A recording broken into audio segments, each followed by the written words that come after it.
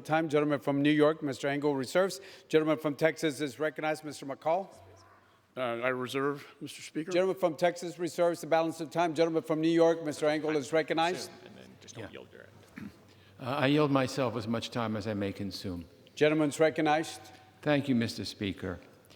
In the years I've served in this body, I've watched presidents of both parties make a lot of tough foreign policy decisions, many good, many bad. But I cannot think of a foreign policy decision more reckless and short-sighted than this one. With all the years and through all the years that I have been working on the Foreign Affairs Committee, frankly, I've never seen a president do something that's as aggravating and that should have never been done as what the president did last week. You know, when the president announced that we were going to leave several months ago, it forced the resignation of the Defense Secretary, Mr. Mattis at the time, who was so upset. That was unprecedented in American history. This is just something that's unbelievable and could have been avoided. I'd now like to yield 2 minutes to the majority leader, 1 minute to the majority leader, famous 1 minute, Mr. Hoyer. Gentleman from Maryland is recognized for 1 minute. I love my 1 minute. I also love my glasses so I can read what I want to say here. Thank you very much. I rushed up from my office. I was on a conference call. I thank you, Mr. Chairman, for keeping it open. And I want to thank Mr. McCall for helping to bring this to the floor. Mr. Speaker, Americans, of course, knew when President Trump took office that he was inexperienced in foreign policy and national security. That doesn't mean he didn't have opinions. He did. But he hadn't been in the day-to-day work. That was alarming. But also, from my view, alarming is his penchant for putting his own self-interest ahead of America's interest and America's national security. That troubles the world. The disastrous consequences are becoming obvious to Americans more and more each day as we watch thousands of our Kurdish allies. And this is not an issue without some complexity. I understand that. But our Kurdish allies fleeing, ISIS gathering strength, and Iran and Russia and Assad advantaged. There's rightly been broad bipartisan shock and condemnation that President Trump would so recklessly endanger Americans' allies, permit the release of thousands of violent ISIS extremists, and give to Vladimir Putin's aims in Syria. In short, he just opened the door for ISIS to reclaim some power. Any terrorist attack they now take part in will be as a direct result of this action. President Trump has betrayed the trust, in my opinion, of the American people. He has also betrayed America's friends. The Kurdish forces in northern Syria have been among America's most reliable and effective local allies. It was their blood and sacrifice that led, in part, to this being significantly successful against ISIS. It is their young men and women in uniform who have been guarding ISIS prisoners who, if released, have vowed to resume attacking Americans and destabilizing the Middle East. And in that effort, we may lose further American lives, precious to us, precious to their families, precious to our country. Our Kurdish allies trusted us to have their backs. Loyalty is a two-way street. It took years to build them into an effective fighting force. Now America's turning its back and undoing years of effort and progress. How shameful. How irresponsible. The president said he took this action because he had pledged to get American troops out of the Middle East. Ironically, he took out about 2,000 or put them someplace else. And guess what? He sent 2,000 additional troops to the Middle East. Now, it's Saudi Arabia, where ISIS is not, hopefully, doing much, at least where we're sending the troops. But how ironic it is to say that we're going to take troops out of the Middle East, and at the same time we send more troops in to the Middle East. America's reputation as a world leader depends on the bond of our word. Can we be trusted? Or are we simply responsive that day for that issue? If we abandon our allies, we will have none when we need them to stand with us. Not only has President Trump abandoned the Kurds, but he has also refused to join the world leaders in considering the Turkish attack in the United Nations.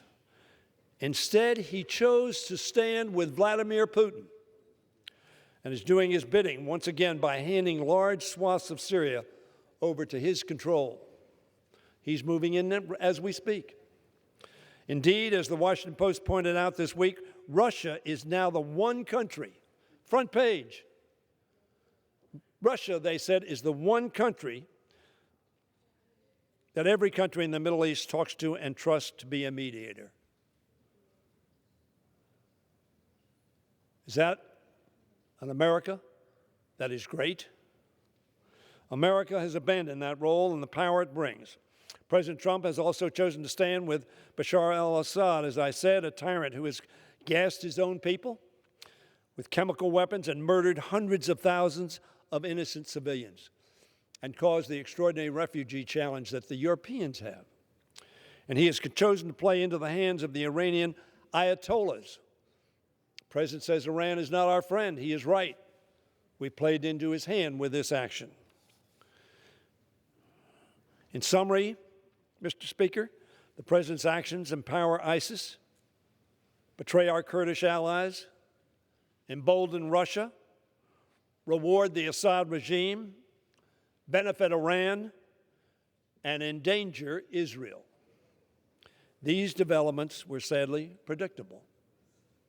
Experts like Brett McCurk and Secretary Mattis said this is not the right thing to do. This is not a partisan issue. This is about America. This is about our allies. This is about international security and stability. From the moment the President made clear he wanted to abandon America's strategic interests in Syria, both McGurk and General Mattis, Secretary Mattis, expressed their opposition. These developments confirm the worst fears of so many Americans from both parties who have long questioned this President's wisdom or interest to protect our country and keep it safe in a dangerous world. It is critical, Mr. Speaker, that this House, the People's House, make clear to the world that President Trump's reckless actions do not carry the support of the American people. It is critical that we condemn Turkey's incursion as well, and do so in a bipartisan way. That is what this legislation will do. And I want to commend all of those from the Foreign Affairs Committee who brought this to, I know it was difficult for some, but it's the right thing to do.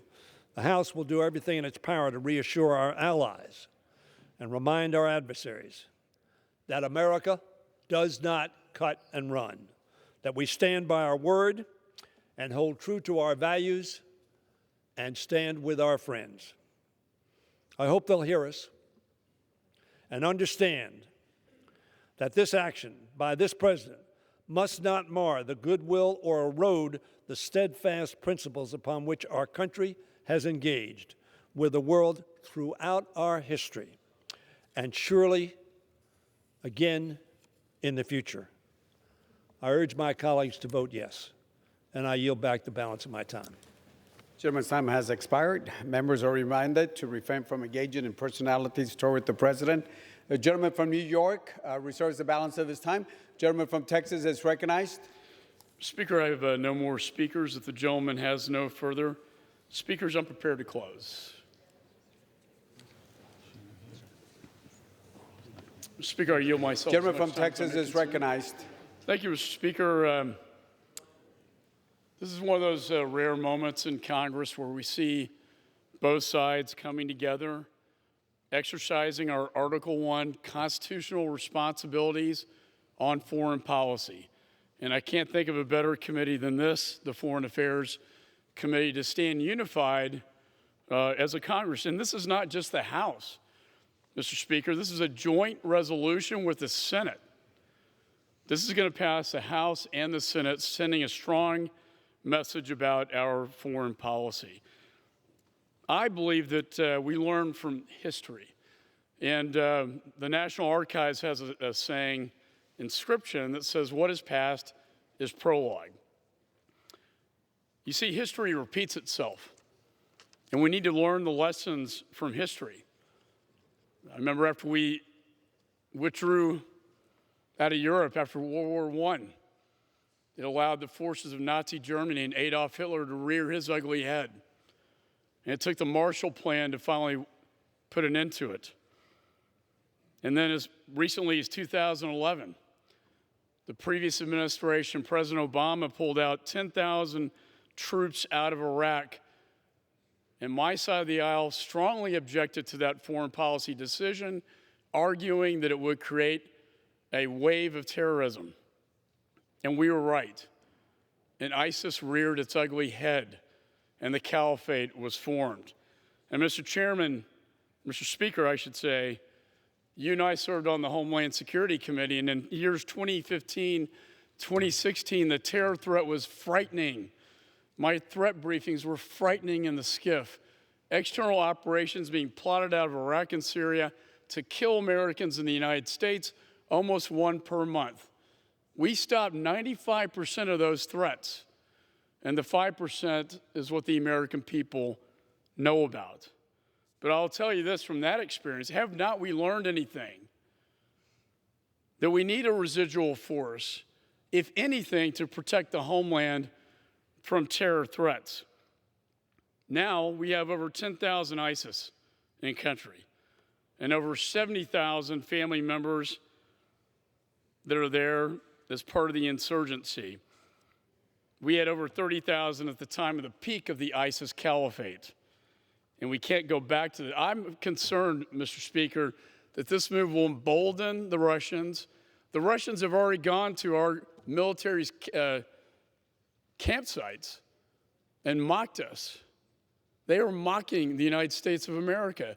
Iran is there. And ISIS is now emboldened. We need a residual force to protect us, as we had in Iraq. We need that in Syria. And yes, we need that in Afghanistan. We can wind down the number of troops, but we need that residual force. And I want to close. I'll never forget talking to Condoleezza Rice after she retired at Stanford. And she said, one axiom is true in foreign policy. Your allies must know. Your allies must trust you. Our allies are questioning us right now. We told them, trust us. We have your back. And what is happening now, the Kurds are being slaughtered as I speak in northern Syria. And she also said another thing. Our allies must trust us, and our enemies must fear us. That is my foreign policy. It was Condoleezza Rice's foreign policy. I think it's a good foreign policy. I want to thank the chairman for working with me to stand up on this very important issue. And with that, Mr. Speaker, I yield back the balance of my time. Gentleman from Texas, Mr. McCall, yields back the balance of his time. Gentleman from New York, Mr. Engel is recognized. Mr. Speaker, it's my pleasure now to yield 1 minute to the gentlewoman from Texas, Ms. Jackson Lee. Gentleman from Texas is recognized. Let me thank the chairman and ranking member for coming together. I was on the floor earlier and I held up the New York Times as the Syrian forces rush into U.S. void and battle lines shifting in the benefit of Iran, Russia, and ISIS. We worked very hard to get Turkey into NATO and to respect it for its secular position and its embracing of the ideals of democracy.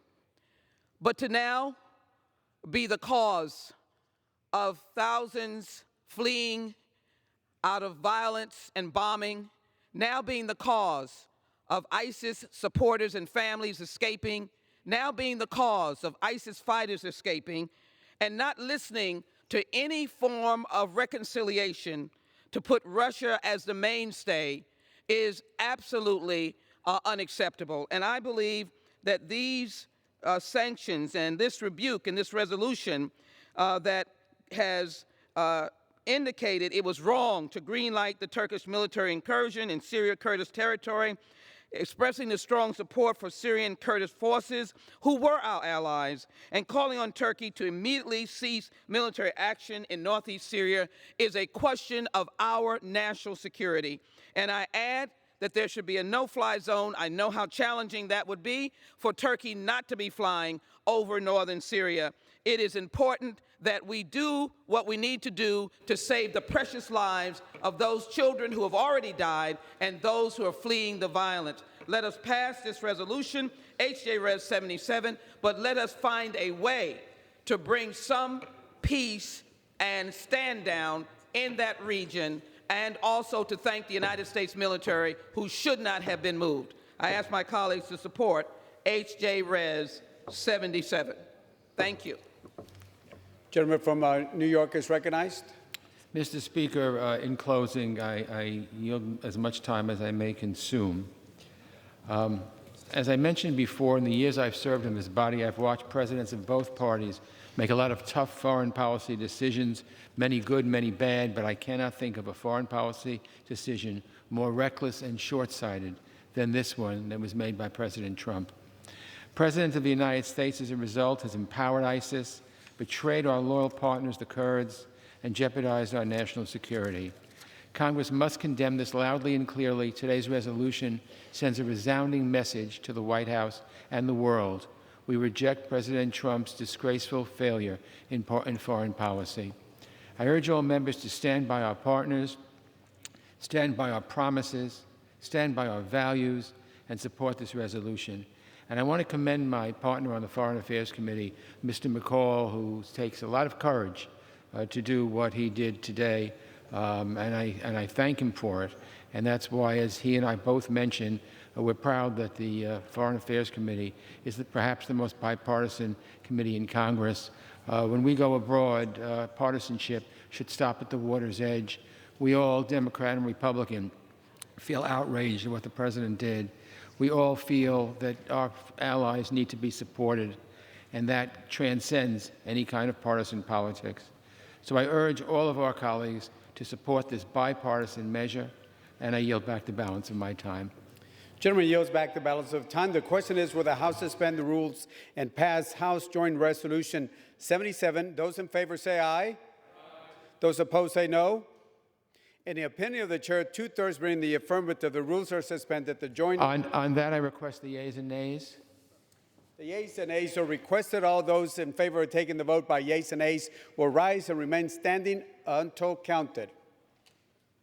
A sufficient number having risen, the yeas and nays are ordered. Pursuant to Clause 8 of Rule 20, further proceedings on this question will be postponed.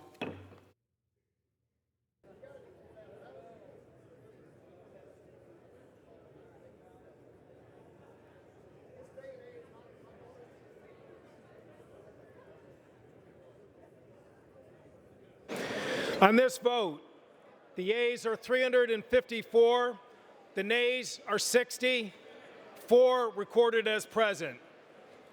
Two-thirds being in the affirmative, the rules are suspended. The joint resolution is agreed to, and without objection, the motion to reconsider is laid on the table.